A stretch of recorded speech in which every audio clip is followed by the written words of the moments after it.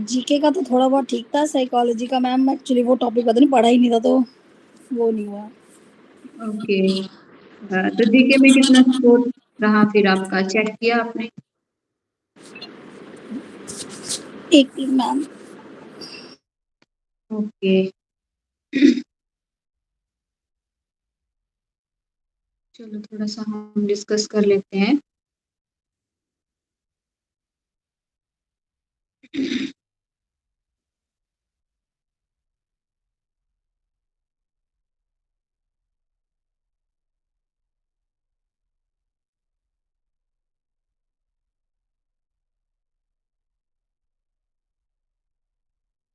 एक सेकंड में पेपर निकालती हूँ।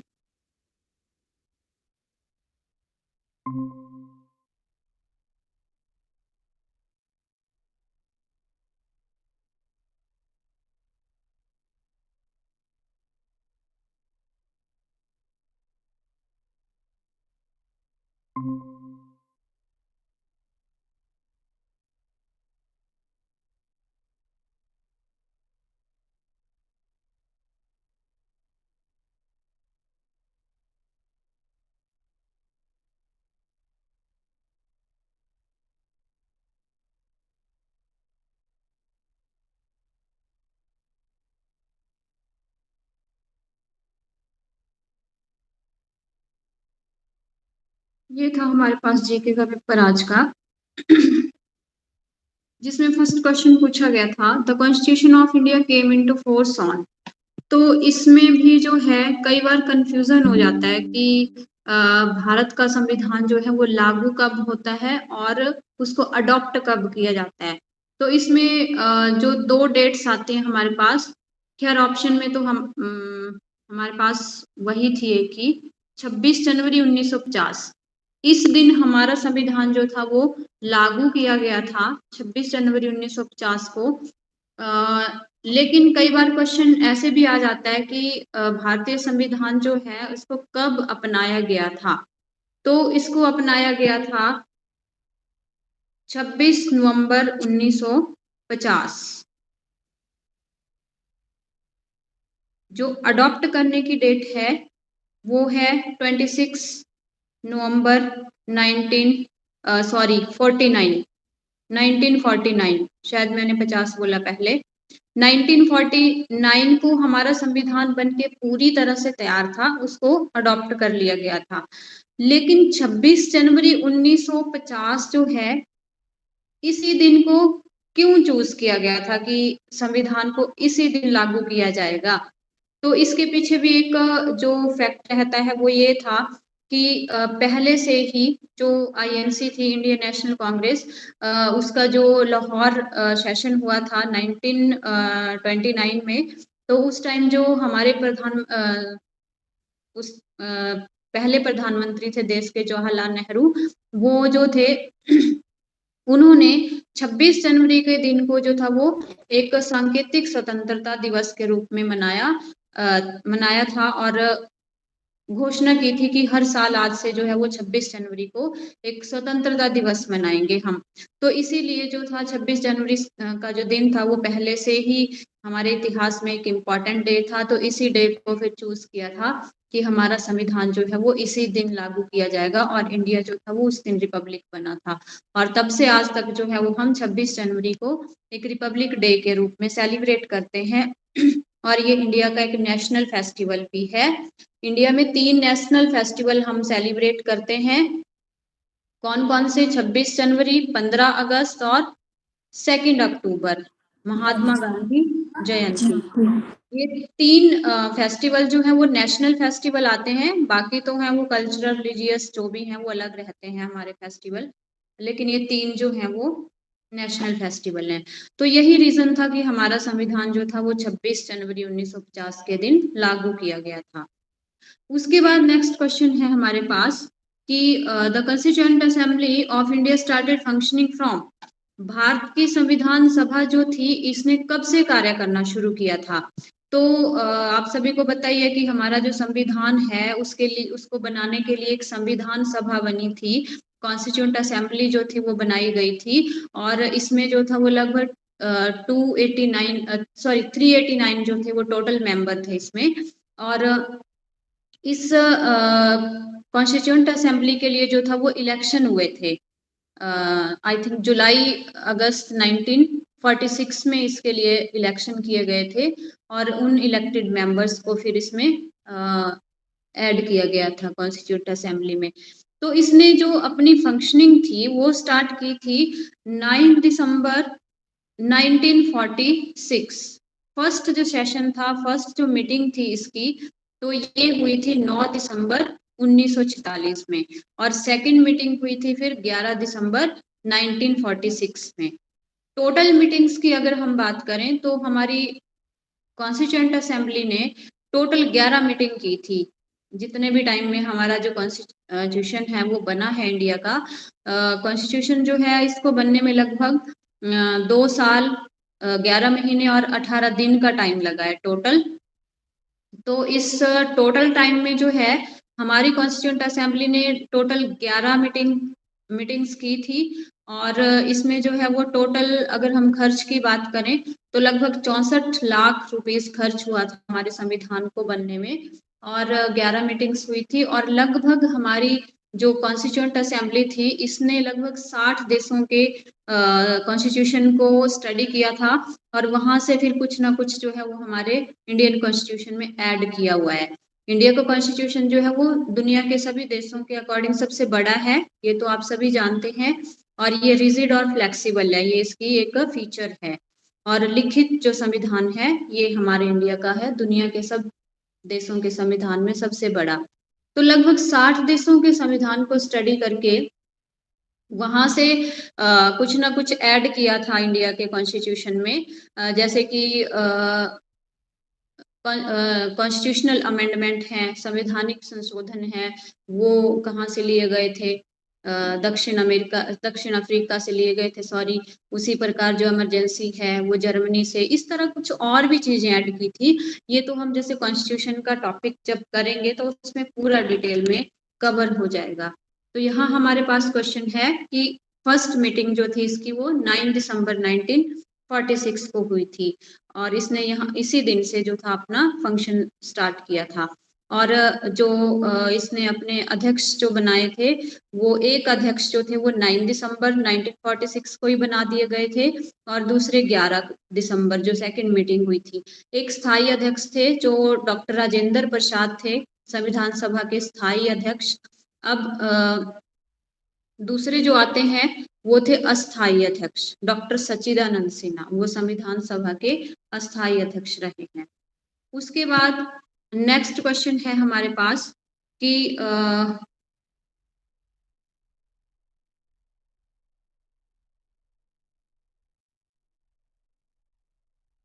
हमारे भारतीय संविधान में कितनी अनुसूचियां हैं?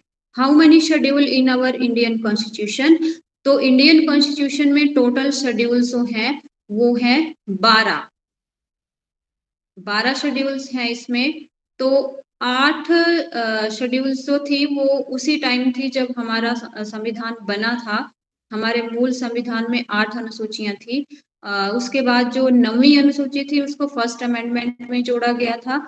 इसी तरह से फिर 10वीं और फिर 11वीं जो 11वीं और 12वीं आती है। 11वीं जो है वो पंचायती राज से है, जिसको कि 73 अमेंडमेंट हुआ था, कॉन्स्टिट्यूशनल अमेंडमेंट 1992 में हुआ था शायद, तो उसमें इसको जोड़ा गया था। तो इस तरह से जो 4 अनुसूचियां रहती हैं वो बाद में जोड़ी गई हैं और 8 अनुसूचियां थी हमारे मूल संविधान में जब ये बना था। उसके बाद नेक्स्ट क्वेश्चन रहता है कि part 3 of the constitution of India related to Khalistan, संविधान का तीसरा भाग जो है वो किससे संबंधित है? तो संविधान के अगर टोटल भाग की हम बात करें कि टोटल पार्ट्स इसमें कितने हैं, तो पार्ट्स इसमें आते हैं टोटल 22।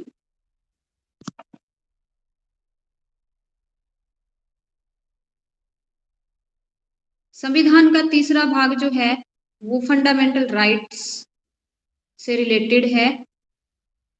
जो कि भारतीय नागरिकों को जो संविधान ने कुछ मौलिक अधिकार दिए हैं, 6 मौलिक अधिकार हैं हमारे पास। पहले ये 7 थे, लेकिन एक को फिर बाद में एलिमिनेट कर दिया गया था 1988 में 44 कॉन्स्टिट्यूशनल अमेंडमेंट में इसको एलिमिनेट कर दिया गया था, राइट टू प्रॉपर्टी, संपत्ति का अधिकार। उसके बाद अब हमारे पास सिर्फ 6 मौलिक अधिकार बचते हैं और ये आते हैं संविधान के भाग 22 में। और अगर हम आर्टिकल की बात करें तो आर्टिकल आता है 12 से 35, 12 से 35 अनुच्छेद में आते हैं ये। और इनको संविधान, इस भाग को, ये जो पार्ट 3 है, इसको मैग्ना कार्टा ऑफ कॉन्स्टिट्यूशन, संविधान का मैग्ना कार्टा भी बोला जाता है, अधिकार पत्र इस भाग को। तो ये पार्ट 3 जो है वो इम्पोर्टेंट रहता है। उसके बाद है 5th क्वेश्चन,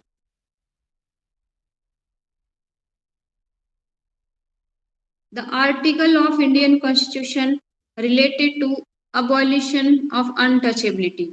ये क्वेश्चन बहुत ही बार पेपर में पूछा जाता है, कई एग्जाम्स में आ जाता है ये क्वेश्चन। तो इसमें पूछा है, इसमें बोला है कि अस्पृश्यता उन्मूलन से संबंधित जो भारतीय संविधान का अनुच्छेद है वो है आर्टिकल 17। अनुच्छेद 17 में जो है वो अनटचेबिलिटी के लिए जो है वो प्रावधान किया है हमारे संविधान में। और ये आता है राइट टू इक्वलिटी, जो हमारा फर्स्ट फंडामेंटल राइट है, पहला मौलिक अधिकार है, कानून के प्रति, कानून के समक्ष समानता, मतलब भारतीय नागरिक जो है वो समान है, राइट टू इक्वलिटी, उसमें आता है ये आर्टिकल 17। तो इसमें बताया गया है अनटचेबिलिटी के बारे में।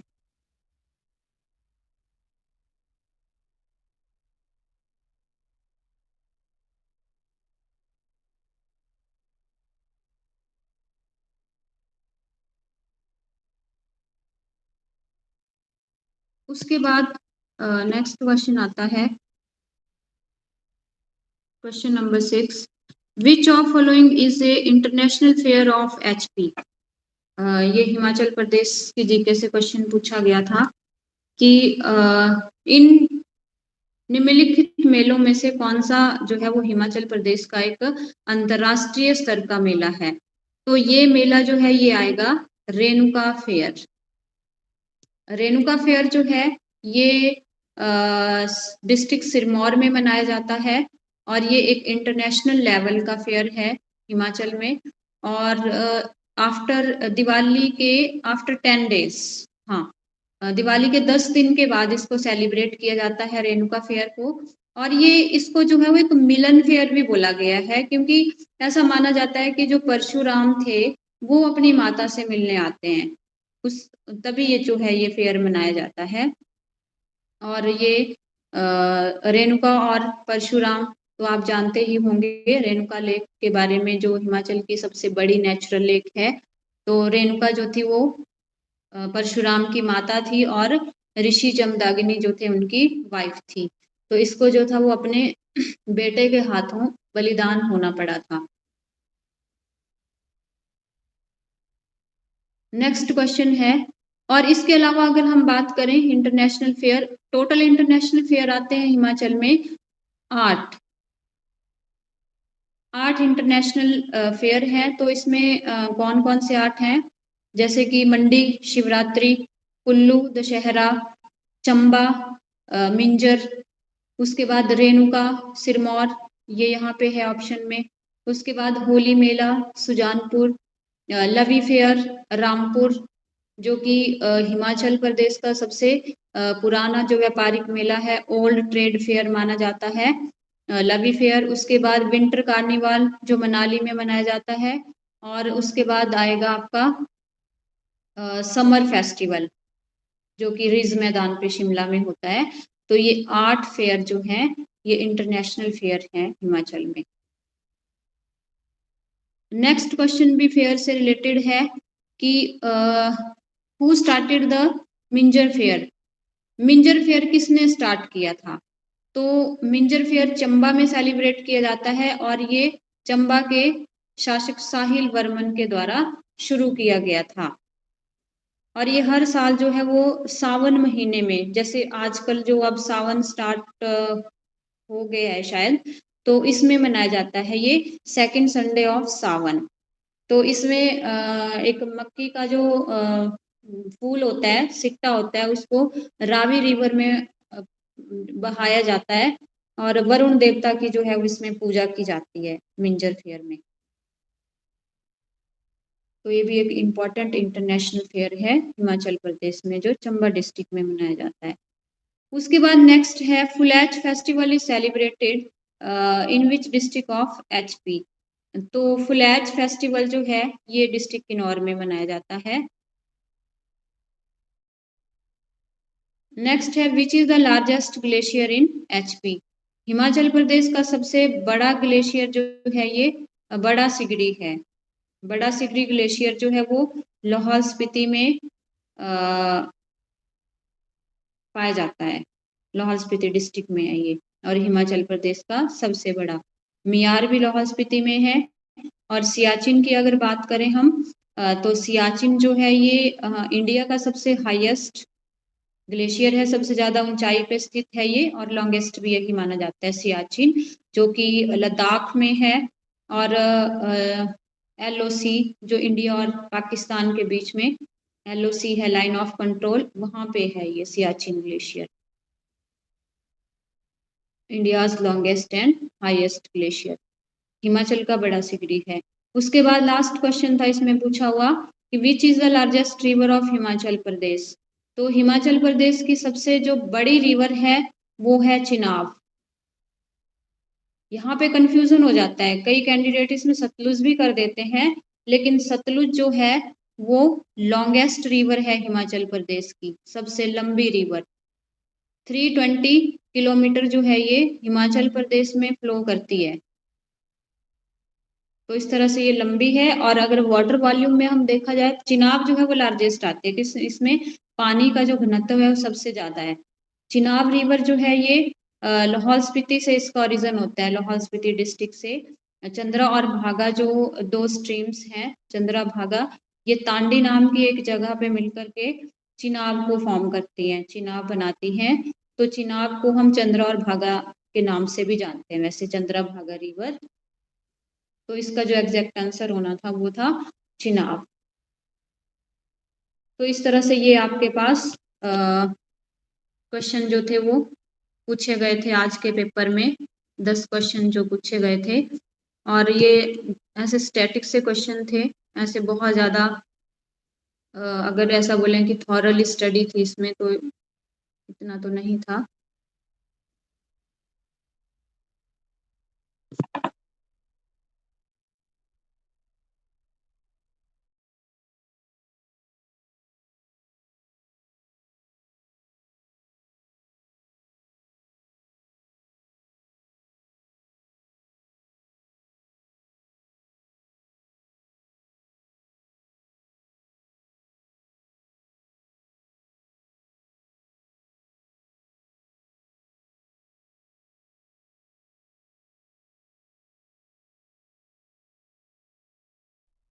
बाकी हमारा जो टॉपिक चला था इसमें, जीके में हम जो टॉपिक कर रहे थे, लास्ट टाइम हमने किया था इंडिया के रिगार्डिंग, इंडियन जीके हम पढ़ रहे थे। तो इसमें जो था वो इंडिया फर्स्ट पढ़ा था शायद हमने, फर्स्ट फीमेल मेल जो भी था।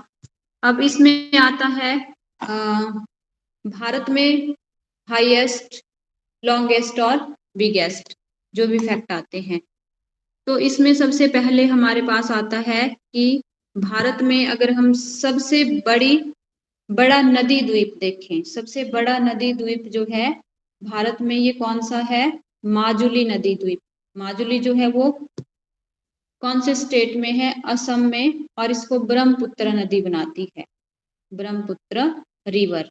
और अगर हम इंडिया की सबसे लार्जेस्ट रिवर की बात करें वाटर वॉल्यूम में, तो वो भी ब्रह्मपुत्र आती है हमारे पास, सबसे बड़ी रिवर ब्रह्मपुत्र। ब्रह्मपुत्र रिवर जो है ये मानसरोवर से निकलती है तिब्बत से, और भारत में ये अरुणाचल प्रदेश में एंटर होती है, एक नामचा बारवा नाम का दर्रा है, वहां से ये इंडिया में एंटर होती है।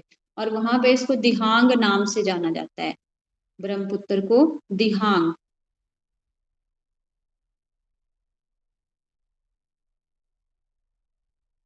और उसके बाद जब ये असम में जाती है, अरुणाचल प्रदेश,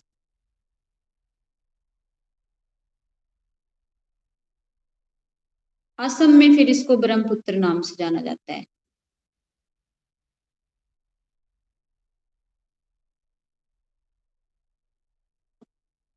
उसके बाद नेक्स्ट है सबसे बड़ी मीठे पानी की झील। सबसे बड़ी मीठे पानी की झील जो है ये जम्मू कश्मीर में है, lake of Wular. Wular lake जो है वो सबसे बड़ी मीठे पानी की झील है। नेक्स्ट इसमें बताया गया है सबसे बड़ा रेगिस्तान, लार्जेस्ट डिजर्ट ऑफ इंडिया, तो ये आता है थार डिजर्ट जो कि राजस्थान में है। और अगर हम वर्ल्ड की बात करें तो वर्ल्ड लेवल पे आता है सहारा। सबसे बड़ा डेल्टा, सबसे बड़ा डेल्टा जो है वो सुंदरवन डेल्टा है पश्चिम बंगाल में। और कौन सी दो रिवर इसको फॉर्म करती हैं, गंगा और ब्रह्मपुत्र। गंगा और ब्रह्मपुत्र के द्वारा ये बनाया जाता है। उसके बाद सबसे बड़ी खारे पानी की झील, तो सबसे बड़ी खारे पानी की झील आती है हमारे पास चिल्का लेक, जो कि किस राज्य में है, उड़ीसा में। नेक्स्ट बोला गया सबसे बड़ा सिनेमा घर, ये है संगम थिएटर तमिलनाडु में। इंडिया का सबसे बड़ा थिएटर है ये संगम थिएटर तमिलनाडु। सबसे बड़ा चिड़ियाघर ये है कोलकाता में, जूलॉजिकल गार्डन कोलकाता। नेक्स्ट है सबसे बड़ा अजायब घर, म्यूजियम, जिसको हम म्यूजियम बोलते हैं, तो ये कोलकाता में ही है, ये भी कोलकाता म्यूजियम। सबसे बड़ा गुंबद, सबसे बड़ा गुंबद आता है गोल गुंबद, जो कर्नाटक में है, कर्नाटक राज्य में बीजापुर में गोल गुंबद। और इसको जो है ये इतिहास के टाइम से है, हमारा जो मेडिवल हिस्ट्री है, इंडियन हिस्ट्री, उसमें साउथ इंडिया में जो हमारे पास बहमनी और दूसरा जो डायनेस्टी थी विजयनगर डायनेस्टी, तो वहां पे एक जो वंश था उसने आदिल शाह वंश था, शायद उसी के एक किंग थे जिन्होंने इसको बनाया था। मैम गुंबद क्या चीज होती है? गुंबद मैम इसकी अगर आपने इमेज देखनी है गुंबद की, मुझे लगता है ये आपको ज्यादा क्लियर हो जाएगा अगर आप गूगल से देखेंगे ना, जैसे आप सर्च करेंगे गुंबद तो वहां पे ओके आपको ये दिख जाएगा। ओके गुंबद मतलब एक आर्किटेक्चर स्टाइल में एक मंदिर होता है ये। Okay ma'am. हाँ जी, वैसे आपको ज्यादा वहां से क्लियर हो जाएगा अगर आप इसकी इमेज देखेंगे ना। अब मैंने यहाँ पे स्क्रीन शेयर करी है, मैं आपको अभी दिखा देती पर फिर मुझे ये स्टॉप करनी पड़ेगी, कोई तो बात मैं नहीं मैम, सोच देख रही थी लेंगे। जल्दी जल्दी टॉपिक हो जाता। ठीक है उसके मैम, बाद देख लेंगे। नेक्स्ट जो है सबसे बड़ी कृत्रिम झील, जो मैनमेड लेक है, वो सबसे बड़ी गोविंद सागर दी हुई है यहाँ पे, जो कि भाखड़ा नंगल हिमाचल प्रदेश और पंजाब की बाउंड्री पे आती है। लेकिन इसके बारे में मैं थोड़ी कंफर्म नहीं हूँ, श्योर नहीं है मुझे कि गोविंद सागर तो हिमाचल प्रदेश की तो सबसे बड़ी है, वो तो कंफर्म है, लेकिन इंडिया लेवल पे भी यही बड़ी है या गोविंद बल्लभ पंत सागर बड़ी है, उसमें थोड़ा कंफ्यूजन है, वो मैं आपको कंफर्म करवा दूंगी, अब इसको आप डाउट में रखना। और एक कल जो था क्वेश्चन की वो कोस्टल स्टेट जो इंडिया के टोटल पूछ रहे थे, तो वो 9 ही थे, मैंने आपको कल बताया था 9, लेकिन मैंने बोला था कि मैं कंफर्म फिर से एक बार देख लूंगी। तो टोटल स्टेट जो थे वो हमारे पास 9 आते हैं, जो भारत के तटीय राज्य हैं, जिसमें कि हमारे पास गुजरात, वेस्टर्न साइड से जो है वो गुजरात, महाराष्ट्र, गोवा, कर्नाटक, केरल और तमिलनाडु, आंध्र प्रदेश, ये वेस्टर्न ईस्टर्न साइड से आते हैं, सॉरी। और आंध्र प्रदेश, पश्चिम बंगाल और उड़ीसा, ये टोटल 9 स्टेट हैं जो इंडिया के कोस्टल स्टेट हैं। और इनकी टोटल लेंथ भी मैंने आपको शायद बताई थी, 75.16 75 7516.16 5 किलोमीटर टोटल है, पर उसमें जो है वो 7500 ही दी थी अराउंड। तो कई बार ऑप्शन में हमारे पास 7500 ही आ जाती है, तो वो भी करेक्ट होती है। उसमें लक्षद्वीप और अंडमान निकोबार जो है वो भी इंक्लूड होते हैं। तो नेक्स्ट जो है डेल्टा ना बनाने वाली सबसे बड़ी नदी। तो डेल्टा जो नदी नहीं बनाती है उसमें सबसे बड़ी नदी आती है नर्मदा। और ये जो नर्मदा है ये हमारे पास east to west flowing river है साउथ इंडिया की, जो कि पूरब से पश्चिम की ओर बह करके अरेबियन सी में गिरती है, अरब सागर में जाके गिरती है। और भी नदियां हैं, ताप्ती है, साबरमती है, जो कि ईस्ट टू वेस्ट फ्लोइंग है, पर मैक्सिमम रिवर जो है वो भारत की वो वेस्ट टू ईस्ट फ्लोइंग है और वो बे ऑफ बंगाल में गिरती हैं। लेकिन सबसे बड़ी नदी जो है ये यही है जो डेल्टा भी नहीं बनाती है और अरब सागर में जाके गिरती है, पूरब से पश्चिम की ओर बहती हुई। नेक्स्ट है लार्जेस्ट नेचुरल सी पोर्ट, ये प्राकृतिक बंदरगाह जो है भारत का सबसे बड़ा, ये मुंबई में है, महाराष्ट्र में। सबसे बड़ा लीवर पुल ये है हावड़ा ब्रिज, कोलकाता में, हुगली नदी पे बना हुआ है ये। और उसके बाद कॉरिडोर जो है रामेश्वर मंदिर, ये तमिलनाडु। और सबसे बड़ा तारामंडल, बिरला प्लेटिनम केव टेम्पल, ये है कैलाश मंदिर, एलोरा, महाराष्ट्र में। और सबसे बड़ा पशुओं का मेला ये सोनपुर बिहार में है, पशु मेला। उसके बाद सबसे बड़ी मस्जिद जामा मस्जिद दिल्ली, और इस मस्जिद को जो था वो हमारे मुगल एम्परर जो शाहजहां थे उन्होंने कंस्ट्रक्ट करवाया था। सबसे बड़ा जिला जनसंख्या के अनुसार, जनसंख्या जो है सबसे ज्यादा किस जिले में है भारत की, तो वो है ठाणे, महाराष्ट्र। वही जहाँ पे मुंबई टू थाना जो पहली रेल चली थी इंडिया में 1853 में, वही ठाणे जिला है महाराष्ट्र का, जिसकी संख्या जो है, जनसंख्या जो है वो सबसे ज्यादा है उस जिले में। और महाराष्ट्र स्टेट जो है ये अर्बन पॉपुलेशन में सबसे बड़ा स्टेट है इंडिया का। और अगर हम ऐसे पॉपुलेशन में बात करें तो ऐसे उत्तर प्रदेश सबसे बड़ा स्टेट आता है हमारे पास। और सबसे लीस्ट पॉपुलेशन जो है वो सिक्किम में है। और एरिया वाइज सबसे बड़ा डिस्ट्रिक्ट स्टेट जो है वो राजस्थान है, और सबसे छोटा जो है वो गोवा है। और अगर जिले की बात करें, सबसे बड़ा जिला अकॉर्डिंग टू एरिया वाइज तो वो आता है गुजरात में, कच्छ जिला।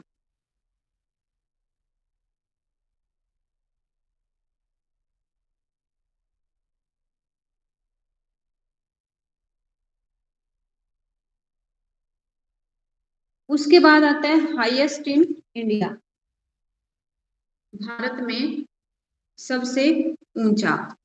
तो पहले तो बताया गया है सबसे ऊंचाई पर स्थित ग्लेशियर, ये तो मैंने अभी आपसे डिस्कस किया जब हम जीके में वो क्वेश्चन आया था हमारे पास।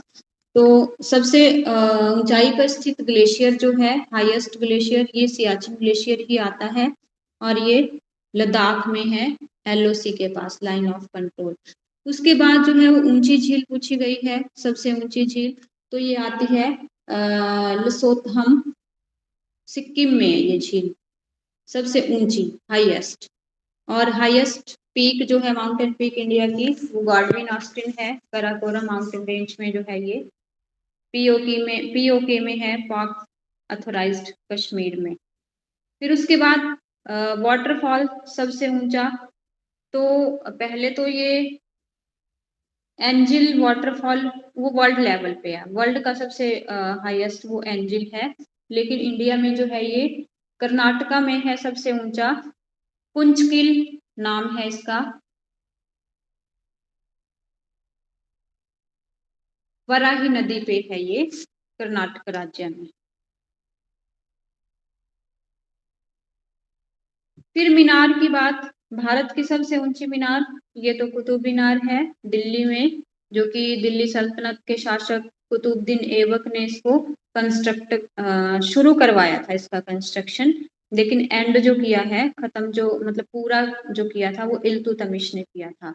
वो भी दिल्ली सल्तनत में जो स्लेव डायनेस्टी थी, गुलाम वंश थे, उसके सेकंड रूलर थे ये इल्तुतमिश, और फर्स्ट थे कुतुबुद्दीन ऐबक। फिर उसके बाद आता है सबसे ऊंचा डैम। भारत में सबसे हाईएस्ट जो डैम है वो है टिहरी डैम, उत्तराखंड राज्य में है ये, और भागीरथी नदी में बना हुआ है ये शायद, हाँ भागीरथी नदी पर बना हुआ है हाईएस्ट। और लॉन्गेस्ट की बात करें तो वो हीराकुंड डैम आता है, जो कि उड़ीसा में है, महानदी पे बना हुआ। उसके बाद है हनुमान जी की सबसे ऊंची मूर्ति जो है, ये किस स्टेट में है, आंध्र प्रदेश में। और highest statue of the India क्या है, ये वर्ल्ड लेवल पे भी यही हाईएस्ट है। सबसे ऊंची प्रतिमा जो गुजरात में बनी है, अहमदाबाद में, इनकी सरदार वल्लभ भाई पटेल जी की, तो स्टैच्यू ऑफ यूनिटी नाम है इसका, और ये गुजरात राज्य में है। उसके बाद है सबसे ऊंचा दरवाजा, तो ये बुलंद दरवाजा, जो कि मुगल एम्परर अकबर के द्वारा बनवाया गया था जब उन्होंने गुजरात को कन्क्वायर्ड किया था, तो उस उपलक्ष्य पे इन्होंने जो था वो बुलंद दरवाजा बनवाया था। कहाँ पे, फतेहपुर सिकरी, जो कि आगरा से थोड़ा आगे है, यूपी में जो स्टेट है वो यूपी आता है इसका। हाईएस्ट एयरपोर्ट जो है ये लेह एयरपोर्ट है, लद्दाख में। उसके बाद लॉन्गेस्ट आता है इंडिया में, लॉन्गेस्ट रिवर जो है ये तो आपको पता होगा, गंगा है सबसे बड़ी, सॉरी सबसे लंबी रिवर इंडिया की, गंगा रिवर। और गंगा रिवर की जो लेंथ है वो है 2525 किलोमीटर, 2525 किलोमीटर। गंगा रिवर का ओरिजिनेशन कहाँ से होता है, उत्तराखंड राज्य के गंगोत्री ग्लेशियर से। लेकिन वहां पे जो है इसको गंगा नाम से नहीं जानते हैं, वहां पे ये भागीरथी है। फिर उसके बाद आगे चल करके ये एक देवप्रयाग नाम की जगह पे अलकनंदा रिवर से मिलती है, और ये दोनों स्ट्रीम जो है वो गंगा कहलाती हैं। दक्षिण भारत की अगर हम सबसे लंबी नदी की बात करें तो दक्षिण भारत की सबसे लंबी नदी है गोदावरी, 1465 किलोमीटर लंबी है ये, और ये महाराष्ट्र के नासिक जिले से इसका ओरिजिनेशन होता है, और इसको ओल्ड गंगा भी बोला गया है, या फिर साउथ गंगा भी बोला जाता है। सबसे लंबी सहायक नदी, ट्राइब्यूटरी की अगर हम बात करते हैं, जो लॉन्गेस्ट ट्राइब्यूटरी रिवर है वो यमुना है, और ये किसकी लॉन्गेस्ट ट्राइब्यूटरी है, गंगा की। लगभग 13 किलोमीटर जो है ये लॉन्गेस्ट है, और ये भारत में सबसे लंबी सहायक नदी मानी गई है। उसके बाद डैम आता है, लॉन्गेस्ट डैम वो मैंने आपको बता दिया, हीराकुंड डैम, महानदी पे बना हुआ है, उड़ीसा राज्य में। फिर है सबसे लंबा राष्ट्रीय राजमार्ग, नेशनल हाईवे जो है, नेशनल हाईवे पे बनी हुई सबसे लंबी सुरंग, टनल जो आती है हाईवे पे, वो अटल टनल है, जो कि रोहतांग में, डिस्ट्रिक्ट कुल्लू में आती है, राज्य हिमाचल प्रदेश। लगभग 9.5 किलोमीटर ये लंबी है। अगर लंबी रेलवे सुरंग की बात करें, रेलवे टनल, तो ये आती है पीर पंजाल रेलवे टनल, जो जम्मू कश्मीर में है।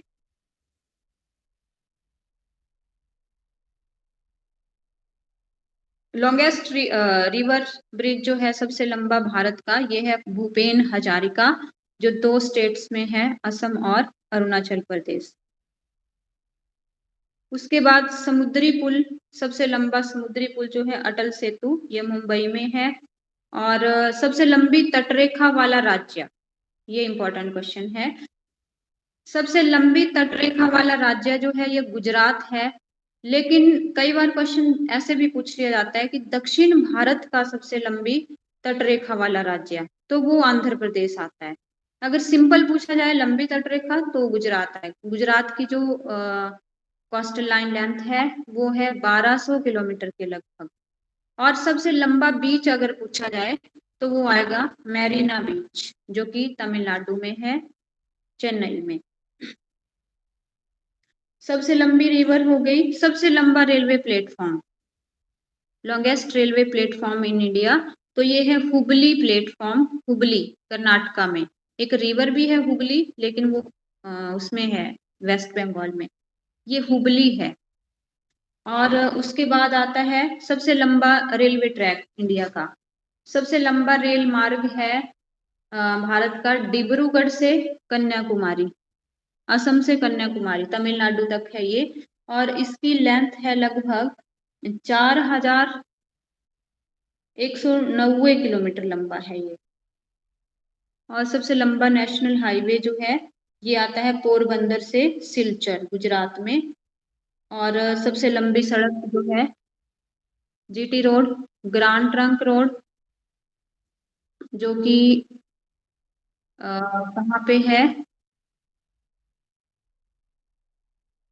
ग्रांड ट्रंक रोड जो है, इस रोड को कंस्ट्रक्ट करवाया था शेरशाह सूरी ने। और सबसे लंबी नहर, लॉन्गेस्ट कैनल जो है इंडिया में, वो है इंदिरा गांधी। और ये कौन से स्टेट में है, राजस्थान में। लगभग 1455 किलोमीटर ये लंबी है। तो इतना काफी है आज के लिए, बाकी जो है फिर हम नेक्स्ट क्लास में कर लेंगे।